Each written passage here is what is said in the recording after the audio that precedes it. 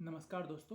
दोस्तों। आप सभी तो किसी न किसी कंपनी का एआई का जो टूल है वो यूज़ करते ही होंगे। चाहे वो आप गूगल का जेमिनी का यूज़ करते हो या फिर आप ओपन एआई का चैट जीपीटी यूज़ करते हो या फिर आप एंथ्रोपिक का क्लाउड यूज़ करते हो या फिर दोस्तों इसके अलावा और भी जो जितने भी एआई के टूल्स हैं आप उनमें से किसी का भी यूज़ करते हो। लेकिन दोस्तों क्या होगा यदि मैं आपको बताऊँ कि ये जितने भी एआई के टूल्स होते हैं उसके ऊपर 100% हमें भरोसा नहीं करना चाहिए, उसके ऊपर हमें 100% ट्रस्ट नहीं करना चाहिए।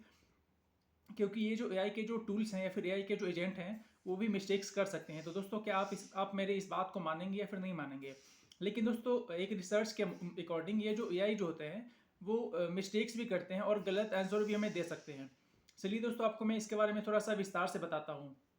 दोस्तों जनरली क्या होता है कि हम लोग एआई का यूज़ करते हैं अपने अलग अलग काम को करने के लिए। चाहे हमें किसी टॉपिक पे लिखना होता है या फिर हमें कोई रिसर्च करना होता है या फिर हमें किसी न किसी कॉम्प्लेक्स सवाल के जवाब को ढूंढना होता है, तो हम लोग उस समय इसी एआई का यूज़ करते हैं और उस समय एआई जो है वो हमारे सवालों के जवाब को देता है। और दोस्तों बहुत सारे जो लोग हैं वो उनका भी यही मानना है कि ये जो एआई है लगभग सारे सवालों का जवाब दे देता है और इसी कारण से ये जो है 100% ट्रस्टेबल है, यानी कि हम लोग इसके ऊपर 100% भरोसा कर सकते हैं आंख बंद करके। और दोस्तों बहुत सारे जो लोग हैं वो ये भी सोचते हैं कि जैसे कि हमें किसी टॉपिक पर लिखना है या फिर कोई रिसर्च करना है तो उसके बारे में ये जो एआई के जो टूल्स हैं वो हमें हेल्प कर देते हैं। या फिर दोस्तों कभी कभी क्या होता है कि हम लोग जैसे अपना पर्सनल तरीके से भी कभी कभी एआई से चैट करते हैं, जैसे कि हम लोगों को पूछना होता है कि कौन सा मेडिसिन लेना अच्छा होगा या फिर कौन सा बुक पढ़ना ज़्यादा अच्छा होगा। तो दोस्तों ऐसे करने से भी जो बहुत सारे लोग हैं उनको लगता है कि एआई तो मेरे सारे सवालों के जवाब तो सही दे रहा है। लेकिन दोस्तों रिसर्च के अकॉर्डिंग ये जो एआई जो होते हैं ये 100% भरोसे लायक नहीं होते हैं।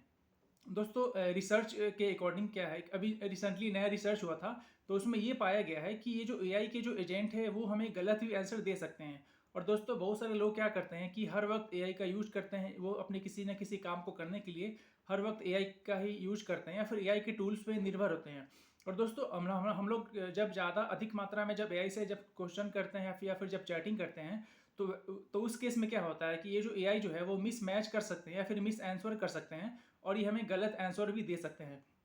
और दोस्तों कभी कभी ऐसा होता है कि हम लोग जब लगातार अपने अकॉर्डिंग एआई से पूछते रहते हैं, चाहे कोई भी सवाल हो या फिर किसी भी टॉपिक पे लगातार कंटिन्यूसली एआई से बात करते रहते हैं, तो ऐसा करके एआई जो होता है ना उस वो थोड़ा सा एक तरह से मिसकॉन्सेप्शन हो जाता है, यानी कि उसको थोड़ा सा कुछ उसमें मिस्टेक्स हो जाता है और इसके कारण से वो जो है सही तरीके से हमारे हमें रिजल्ट नहीं दे पाता। यानी कि जब हम लगातार एआई से बात करते हैं अपने अकॉर्डिंग या फिर अपने क्वेश्चन के अकॉर्डिंग या फिर अपने नीड के अकॉर्डिंग, तो ये जो एआई जो है वो उस समय मिस्टेक कर देता है और उस समय ये जो है न्यूट्रल होकर के हमें आंसर नहीं दे पाता है। यानी दोस्तों उस समय क्या होता है कि कभी कभी यदि हम कुछ सवाल ऐसा भी पूछ लेते हैं जो कि हमारा जो सवाल होता है वो गलत भी होता है, तो उसके अकॉर्डिंग में ये जो एआई जो है वो आंसर दे देता है और इसी कारण से थोड़ा सा एआई जो है वो कन्फ्यूज हो जाता है। और इसी कारण से मैं बोल सकता हूँ कि ये जो एआई के जो एजेंट्स हैं या फिर जो टूल है उन पर हमेशा भरोसा नहीं करना चाहिए 100%। एग्जाम्पल के लिए दोस्तों जैसे आपको मैं बताता हूँ कि आप मान लेते हैं कि आप एआई का टूल्स का यूज़ करते हैं, चाहे वो किसी भी कंपनी का हो, और आप उसको बताते हैं कि मेरा जो फेवरेट फूड है वो ये है, किसी भी फूड का नाम आप उसको बताते हैं कि मुझको ये खाना पसंद है और ये मेरा फेवरेट फूड है, या फिर ये जो फूड है ये मुझ इसको खाना मुझे बहुत पसंद है। और दोस्तों आप जब बाद में जब सेम क्वेश्चन जब एआई से पूछेंगे कि मुझे ये बताओ कि हेल्दी फूड कौन सा है, तो दोस्तों ज़्यादा चांस है कि वो जो एआई का जो भी टूल्स होगा वो आपको वही फूड रिकमेंड करेगा जो कि आपने अपने बारे में उसको पहले से बता रखा था कि ये वाला जो फूड है वो मुझको पसंद है। तो दोस्तों ऐसा इसलिए होता है कि हम लोग जब कभी कभी जब ज़्यादा पर्सनलाइजेशन हो जाते हैं, जब हम ज़्यादा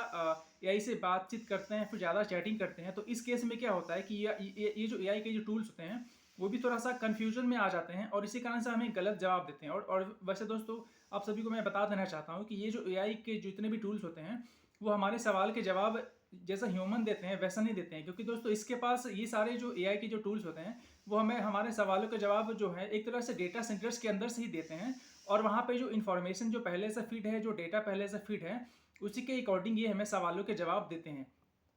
या फिर दोस्तों कभी कभी हम लोग फाइनेंस के लिए भी एआई से चैट करते हैं या फिर बातचीत करते हैं फाइनेंस के प्लानिंग के लिए, तो उस समय भी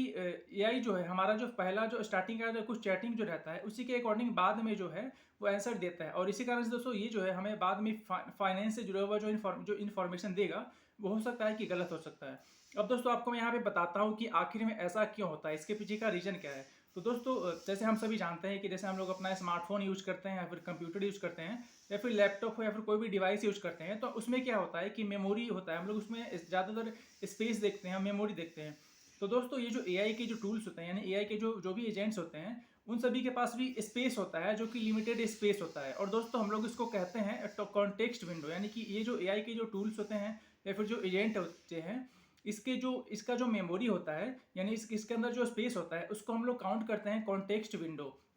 और दोस्तों ये जो कॉन्टेक्स्ट विंडो होते हैं, इसमें क्या होता है कि एक बार में कोई भी एआई के जो टूल्स हैं वो मैक्सिमम नंबर ऑफ जो वर्ड्स के साइज है वो कितना अपने अंदर कैरी कर सकता है या फिर कितना अपने अंदर स्टोर कर सकता है। और दोस्तों हम लोग इसके ये जो एआई के जो टूल्स हैं या फिर एआई के जो एजेंट्स होते हैं, इसका जो ये जो स्पेस होता है, इसको हम लोग ये जो कॉन्टेक्स्ट विंडो कहते हैं, इसको हम लोग केवल टोकन में ही मेजर करते हैं। जैसे दोस्तों हम लोग अलग अलग स्मार्टफोन को या फिर कंप्यूटर को, उसके जो स्टोरेज का जो स्पेस होता है, जो कैपेसिटी होता है, उसको हम लोग जीबी में कैलकुलेट करते हैं या फिर एमबी में करते हैं या फिर केबी में करते हैं, जैसे किलोबाइट, गीगाबाइट। लेकिन दोस्तों ये जो एआई के जो टूल्स या फिर एजेंट होते हैं, इसका जो स्पेस जो होता है, इसके अंदर लिमिटेड स्पेस जो रहता है, उसको हम लोग कॉन्टेक्स्ट विंडो के अकॉर्डिंग कैलकुलेट करते हैं। लेकिन हम लोग उसका जो मेजरमेंट करते हैं वो करते हैं टोकन के अकॉर्डिंग, यानी कि उसके अंदर कितना टोकन होगा। और दोस्तों ये आपको मैं बताना चाहता हूँ कि जितने भी अलग अलग एआई के जो टूल्स हैं, जैसे कि वो चैट जीपीटी हो गया या फिर ये जेमिनाई हो गया या फिर हमारा एंथ्रोपिक का क्लाउड हो गया, तो दोस्तों इन ये सारे जितने भी एआई टूल्स हैं, इन सारे के अंदर का जो टोकन का जो साइज होता है ना, वो अलग अलग होता है। और यानी कि जितना ज़्यादा टोकन साइज होगा जिस एआई के टूल्स में, वो उतना ज़्यादा स्टोरेज कर सकता है इन्फॉर्मेशन के, यानी कि उसके अंदर उतना ज़्यादा ही मात्रा में इन्फॉर्मेशन को हम लोग स्टोर कर सकते हैं। और दोस्तों पहला तो ये रीजन हो गया कि यदि हम लोग जिस भी एआई टूल्स का यूज़ कर रहे हैं, यदि उसका जो ये जो कॉन्टेक्स्ट विंडो जो है, जो कि उसके अंदर का जो स्टोरेज जो साइज है, जो टोकन जिसको कि हम लोग टोकन में मेजर करते हैं, यदि वो कम होगा तो उससे दिक्कतें आएंगी। और दोस्तों दूसरा रीजन ये है कि हम लोग जब कभी कभी क्या होता है कि बहुत ज़्यादा ही इन्फॉर्मेशन दे देते हैं किसी एआई के टूल्स को अपने बारे में, या फिर अपने बारे में ज़्यादा पर्सनल इन्फॉर्मेशन दे देते हैं, तो उसके अंदर का जो टोकन का जो साइज रहता है वो लिमिट से एग्जॉस्ट कर जाता है, यानी कि उससे ज़्यादा जो स्पेस है वहाँ पे रहता नहीं है। और इसी कारण से वो जो है ज़्यादा अपने अंदर एक्स्ट्रा इन्फॉर्मेशन रख नहीं पाता है। और दोस्तों इसी कारण से क्या होता है कि ये जो एआई है वो कभी कभी उनको थोड़ा सा समस्या का सामना करना पड़ता है कि कौन सा सवाल का जवाब हमें वो सही देगा या फिर कौन सा सवाल का जवाब गलत देगा। और दोस्तों ये जो टोकन का जो साइज होता है, उसी के अकॉर्डिंग उसके अंदर का जो इन्फॉर्मेशन है वो स्टोर रहता है, और इसी कारण से वो जो है वहाँ से हमें गलत जवाब भी दे सकता है। और दोस्तों इसी कारण से क्या होता है कि जब मान लेते हैं कि कोई एआई का टूल्स है, उसके अंदर का जो स्पेस है जिसको कि हम लोग टोकन साइज में इसको मेजर करते हैं, जब वो फुल हो जाता है तो क्या होता है कि कभी उसके बाद तो उसके अंदर कोई भी इंफॉर्मेशन स्टोर करने का प्लेस नहीं होता है, फिर वहाँ से वो किसी चीज़ को आराम से वहाँ से वो वर्किंग नहीं कर सकता है, फंक्शनिंग नहीं कर सकता है, फंक्शनिंग करने में उसको दिक्कतें होंगी। तो इसी कारण से दोस्तों ये जो है हमें हमारा जो भी रिजल्ट बाद में जो भी हम उससे क्वेश्चन पूछेंगे या फिर जो भी सवाल पूछेंगे, उसका जो रिजल्ट वो देगा एक तरह से वो क्रिएटिव नहीं होगा। यानी कि वो जो हम लोग जो भी सवाल पूछेंगे बाद में, तो उससे क्या होगा कि हम लोगों को जो भी वो जवाब देगा एक तरह से वो इनकरेक्ट हो सकता है, या फिर वो एक तरह से बाइस्ड हो सकता है, यानी कि वो हमारे ही पक्ष में हो सकता है। क्योंकि दोस्तों उसके अंदर का जो पहले से जो टोकन का जो साइज था, जो जिसको हम लोग टोकन साइज में मेजर करते हैं, उसका जो मेमोरी का जो साइज होता है, तो उसको तो पहले से हम लोगों ने फिल कर दिया है। तो अब एक्स्ट्रा उसके पास स्पेस ही नहीं बचा है जिसको कि वो प्रोसेसिंग करेगा एक्स्ट्रा इन्फॉर्मेशन को। और इसी कारण से दोस्तों पहले वाला जो भी इन्फॉर्मेशन है उसको ले करके वो हमें वापस दे देता है। और दोस्तों इसी कारण से कभी कभी क्या होता है कि हम लोग जो कुछ कुछ जो भी सवाल पूछते हैं, इसका जवाब हमको अलग तरीके से एआई को देना चाहिए, लेकिन वो जो है सेम पहले वाला ही जवाब वो हमको दे देता है, जो कि हम लोग को पहले से वो देता आ रहा है। अब दोस्तों आपको मैं यहाँ पे बताना चाहता हूँ कि हमें क्या नहीं करना चाहिए। तो दोस्तों हम लोग कभी कभी क्या करते हैं कि हम लोग एआई से थोड़ा ज़्यादा ही पर्सनल चैटिंग करते हैं, थोड़ा सा अपने बारे में ज़्यादा बताना शुरू करते हैं कि मुझे क्या खाना पसंद है, क्या पहनना पसंद है, कौन सा प्रोडक्ट खरीदना पसंद है, फिर कहाँ घूमना पसंद है, क्या करना पसंद है। तो दोस्तों हम लोग जब ऐसा करते हैं तो वो जो एआई के अंदर का जो स्पेस रहता है, जिसको कि हम लोग टोकन में मेजर करते हैं, वो फिल होना शुरू हो जाता है। और जब फिल हो जाता है तो उसके बाद उसके अंदर प्रोसेसिंग करने का जो स्पेस है, जो प्लेस है, वो बच नहीं पाता है। और इसी कारण से जब हम बाद में उससे कुछ पूछते हैं कि मुझे सबसे अच्छा जगह घूमने का बताओ या फिर सबसे हेल्दी फूड बताओ, तो वो जो उसका ज़्यादा चांसेज है कि वो जो एआई का टूल है, चाहे वो किसी भी कंपनी का है, वो हमें उन्हीं उन्हीं जवाब में से चुन करके आंसर देगा जो कि पहले से हम लोग जो कि उसको बताते आ रहे हैं अपने बारे में। और दोस्तों इसी कारण से मैं आपको बताना चाहूँगा, अपना खुद का पर्सनल ओपिनियन देना चाहूँगा, पर्सनल सलाह देना चाहूँगा कि यदि आप भी एआई का टूल्स का यूज करते हैं तो आप हमेशा से कोशिश करें कि ज़्यादा से ज़्यादा एआई के ऊपर डिपेंड ना रहें, या फिर आप किसी भी सवाल के जवाब को एआई से लेते हैं, चाहे आपका कोई भी आपका प्रॉब्लम सॉल्व करता है वो, या फिर किसी टॉपिक पे वो लिखता हो, या फिर कोई रिसर्च करता हो, तो दोस्तों आप एआई से पूछ सकते हैं, लेकिन आप एक तरह से खुद से अपना बैग से जा करके आप खुद बैग का डेटा आप खुद जा करके चेक करें। तो दोस्तों ऐसा करके क्या होगा कि आपके पास जो भी इन्फॉर्मेशन आएगा, या फिर जो भी बाद में जानकारी आएगा, या फिर कोई भी आंसर आएगा, तो आप उसके डेटा को वेरीफाई कर सकते हैं, और ताकि आपको बाद में इसका जो भी रिजल्ट आएगा, आपका सवाल का जो भी रिजल्ट देगा एआई, उसमें कोई भी त्रुटि नहीं होगी, कोई भी फॉल्ट नहीं होगी। तो दोस्तों इसलिए आपको मैं बस यहाँ पे सलाह देना चाहता हूँ कि ये जो एआई के जो टूल्स होते हैं, हम लोगों का काम ये बहुत आसान तो कर ही देते हैं, ये बात सही है, इस बात को मैं भी मानता हूँ, मेरा भी ओपिनियन है कि एआई के जो जितने भी टूल्स हैं वो हमारे बहुत सारे काम को आसान कर दिए हैं, सही कर दिए हैं। लेकिन दोस्तों फिर भी मैं आपको बोलना चाहूँगा कि आप ज़्यादातर ये जो एआई के जो एजेंट्स हैं, फिर एआई के जो टूल्स हैं, उससे बहुत ही ज़्यादा पर्सनल सवाल से चैटिंग नहीं करें, या फिर बहुत ज़्यादा इसी एआई के ऊपर में डिपेंड ना हो, क्योंकि दोस्तों एक तो इसके पास पहले से ही इन्फॉर्मेशन इसके पास लिमिटेड रहता है, और ये क्या करता है कि डेटा सेंटर से ही आंसर ला करके हमको देता है, और जहाँ पे पहले से ही इन्फॉर्मेशन अवेलेबल है और उसी में से आंसर हमें को देता है। और दूसरा रीज़न है कि ये जो एआई के जो एजेंट्स हैं, या फिर जो एआई के टूल्स हैं, उसका जो मेमोरी का जो स्पेस है, जिसको कि हम लोग टोकन में मेजर करते हैं, उसका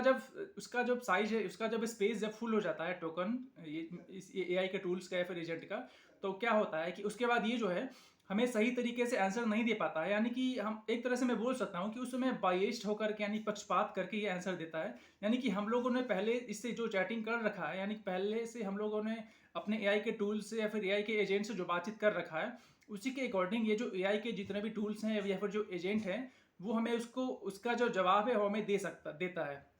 और दोस्तों इसी कारण से कभी कभी ऐसा होता है कि हम लोग जैसे कि कोई सवाल पूछते हैं, और वो जो जवाब हमको दे दिया ना, भले ही वो हमें गलत दिया हो, लेकिन फिर भी हम लोगों को लगता है कि वो सही जवाब दे रहा है। और इसी कारण से दोस्तों आप जब भी चैटिंग करें एआई से, तो थोड़ा सा इन सभी बातों का ध्यान रखें। और दूसरा बात है कि आप हमेशा और 100% एआई के एजेंट के ऊपर या फिर एआई के जो टूल्स हैं उसके ऊपर भरोसा नहीं रखें, क्योंकि दोस्तों कितना भी कुछ हो जाए, कितना भी ये मशीनें आगे निकल जाए, आगे बढ़ जाए, लेकिन दोस्तों एक ह्यूमन का जो ब्रेन होता है, उसका जो कंपैरिजन यदि देखा जाए, तो दुनिया का कोई भी मशीन कभी नहीं कर सकता है। और एक तरह से ह्यूमन जो है वो गॉड का बनाया हुआ एक तरह से स्पेशल क्रिएचर है, स्पेशल गिफ्ट है। और इसी कारण से दोस्तों मेरा पर्सनल ओपिनियन है, मेरा पर्सनल राय है कि हम लोग कभी भी, हमारा जो ब्रेन है, यानी ह्यूमन का जो ब्रेन है, वो कभी भी किसी भी मशीन से नीचे नहीं हो सकता है। भले कोई मशीन हमसे अच्छा काम कर ले, हमसे अच्छा प्रोसेसिंग कर ले, हमसे हमसे ज़्यादा अच्छे तरीके से रिसर्च कर ले, लेकिन फिर भी दोस्तों ये जो ह्यूमन का जो ब्रेन है वो हमेशा से ही सुपीरियर रहा है पहले से ही, और आगे भी सुपीरियर रहेगा। और दोस्तों अंत में आपको मैं यही बोलना चाहूँगा कि आप 100% आप किसी भी एआई के टूल्स के ऊपर या फिर एआई के एजेंट के ऊपर 100% भरोसा ना करें, क्योंकि दोस्तों ये आपको गलत जवाब भी दे सकते हैं, और बाद में इससे आपको हो सकता है कि नुकसान भी हो जाए या फिर घाटा भी हो जाए। तो दोस्तों आप आशा करता हूँ कि आपको ये मेरा वीडियो अच्छा लगा होगा। तो दोस्तों इस वीडियो में इतना ही, आपसे मिलता हूँ मैं अगले वीडियो में, तब तक के लिए गुड बाय।